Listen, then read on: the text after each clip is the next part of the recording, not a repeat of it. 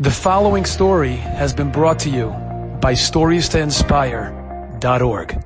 So I just want to tell you one more story. This is not an easy story to listen to.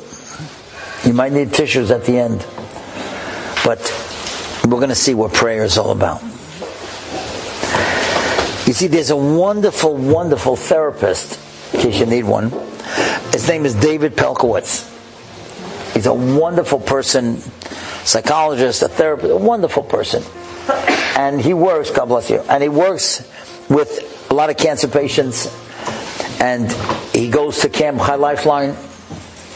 And he told us once, he was at a place where I was speaking, and he told the story, I was one of the other speakers, that he was once at a convention, and somebody got up and told this story.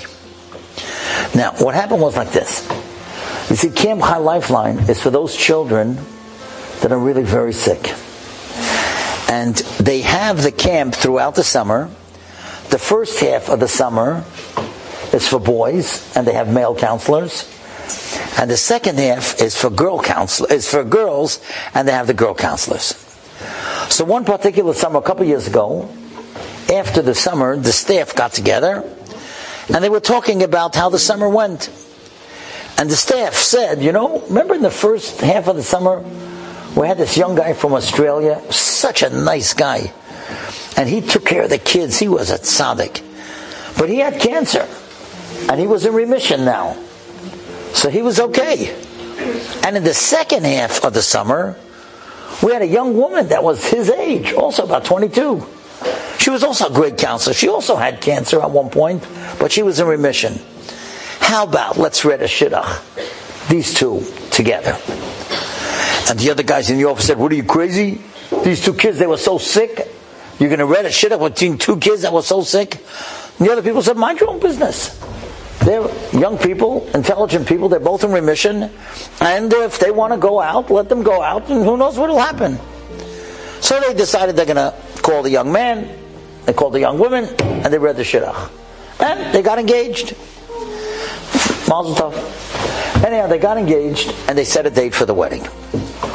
Now, this guy, the chassan, he said to his kala, he said, I'm from Australia, and I got to go to Australia before the wedding. I got to finish up a couple things. I'm going to be there for a couple days. And she said, okay, I understand. And then when you come back, and a couple weeks after that, we're going to get married. And they set a date. So they go out Monday night. And she looks great, and they have a great time, and on Tuesday he gets on a plane. Now, I don't know if you ever traveled to Australia. I've traveled a couple times. It is a long, brutal trip. First of all, you lose a day. Now, the thing is, you go to Los Angeles, so that's 6 hours there. 6 hours till you get to LA. And then from LA, you got to get to Melbourne, that's another 13 hours. That's a long, long trip. Anyhow, this guy gets on the plane. Now he's on the second leg of the trip from Los Angeles to Melbourne. And suddenly, without him realizing it, his kala, his bride, suddenly takes a turn for the worse. He saw her Monday night, she looked great. But something happened on Tuesday while he was on the plane, and she was rushed to the hospital, and they thought she was dying. Either the cancer came, nobody knew exactly, because it would happen so suddenly. And now they got to get this kid back. How are they going to get him back? He's on a plane. And he's on a plane to Australia. So they called the travel agent. And they called the travel agent and they said, listen, you've got to get to the pilot somehow. You've got to tell him that there's a young man on the plane. He's got to get back to New York right away. Well, somehow they were able to get to the pilot. And the pilot himself was frightened. He never had such a call. And now he's got to go tell this young man who has no idea what's going on that he's got to get back. So the first what they do is they call ahead in Melbourne and they call security and they tell him, listen, when this kid gets off, we got to get him a plane back. And they found out there's another plane going back to Los Angeles 3 hours after they land. So they're going to get the luggage off quickly and they're going to expedite his passport and his security. And then the pilot goes over with the steward and they sit down next to this kid. He doesn't understand what's going on. Pilot's on one side, the steward. He says, gentlemen, is everything okay? And the pilot says, young man, we're so sorry to tell you, but your bride just suddenly took a turn for the worse, and she was rushed to the hospital. You got to get back to New York right away. We already spoke to security. They're going to take care of your passport. We're going to get your luggage off the plane right away. And in 3 hours after you land, you got to get back on the plane to LA, and then you're going to get to New York. Well, this guy's going crazy. He couldn't imagine this. And of course he's crying, he's confused, he doesn't know what to do. Finally gets off the plane. Of course there's 3 cops waiting for him. And they take him through security, and they take him to that gate where he's going to be. And while he's waiting for the plane, and he's got his passport and he's got his luggage, he calls his Rabbi in New York. And he says to his Rabbi, I just heard terrible news, but I want to marry her. I want you to meet me in the hospital. I don't care what condition she's in. I want to get married to her. And the Rebbe says, listen, I'll meet you in the hospital, but I cannot promise you that I will marry you to her, because you can only marry someone that's cognizant, that's aware. If she's out of it and she's not aware, I can't let you marry her. He says, Rebbe, I'm begging you. He says, listen, I want to do it for you. I'll be there. I'll be at the airport. I'll wait for you. And he gets back to LA.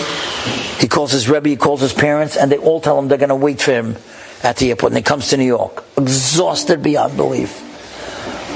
And they rush him to the hospital. And he comes into the hospital room, and he takes a look at his colleague. Can't believe it. He can hardly recognize her. She's so pale and she's so frail. And he turns to his Rebbe and says, Rebbe, what do you say? I really want to talk to her. I really want to get married. And the Rebbe says, go out of the room. Let me talk to her myself. And if I see that she's aware of what's going on, we'll do the wedding right here. But if she's not aware of what's going on, then I can't marry her to you. And he goes out. He comes back a few minutes later. And the Rebbe says, my dear Talmud, I wish I could tell you that we could, but we can't. She's just not aware of everything that's going on. She's in and out of consciousness. He said, did you daven yet? He said, no. He said, go in the other room and daven. Just cry to Hashem. Tefillah helps. And the guy goes into the other room and he starts praying. Now, you will never, ever say these words the exact same way again after you hear what he said. He's praying, and of course he's crying throughout the whole davening. And he's davening Shemona Esrei. And it comes to Rafa'inu, Hashem, please help us. And he's crying, and he mentions her name and her mother's name. And he comes to Shema Kolenu, and of course he's allowed to add words, and again he's praying for her. And finally he comes to Sim Shalom. Listen how he said it. Sim Shalom. Tov v'bracha chayim chaim v'chesed. And then he says these words. Ki ba'or panecha. Hashem, with the light of your face. Now it's not the one you gave us. And he says, Hashem, you got so much light in your face. Take the light of your face and give it to my kala. Give it to my bride. She's so pale. Take the light of your face, the shine of your face, and give some to my kala. I want to marry her. I want to live with her. I want to build a family. And he's crying, and he says again, Ki ba'or panecha, Hashem, you got so much light in your face. And then he finishes davening. And when he finishes davening, he comes into the room. He takes a look. He can't believe it. Her face is red. She's changed. She's got some color in her face. And she's smiling at him. And he starts talking to her. And as he was telling the story, Dr. Pelkowitz said he's telling this story at a convention. And he wants to continue telling the story. And all of a sudden, 2 little kids come jumping up on the stage. Because they heard the story 20 times. And they say, Daddy, Daddy, pick us up. And he picks up the boys. And he says, Rabotai, these are my children. She came back all the way. We were able to get married. And we're building a family together.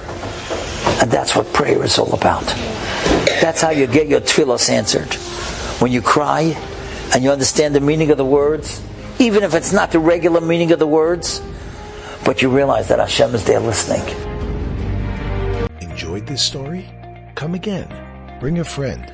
StoriesToInspire.org